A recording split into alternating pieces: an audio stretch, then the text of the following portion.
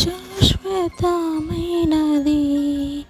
నీవు నాయడ చూపిన కృప, అనుక్షణం నన్ను కను పాపవలే కాచిన కృప. శాశ్వతమైనది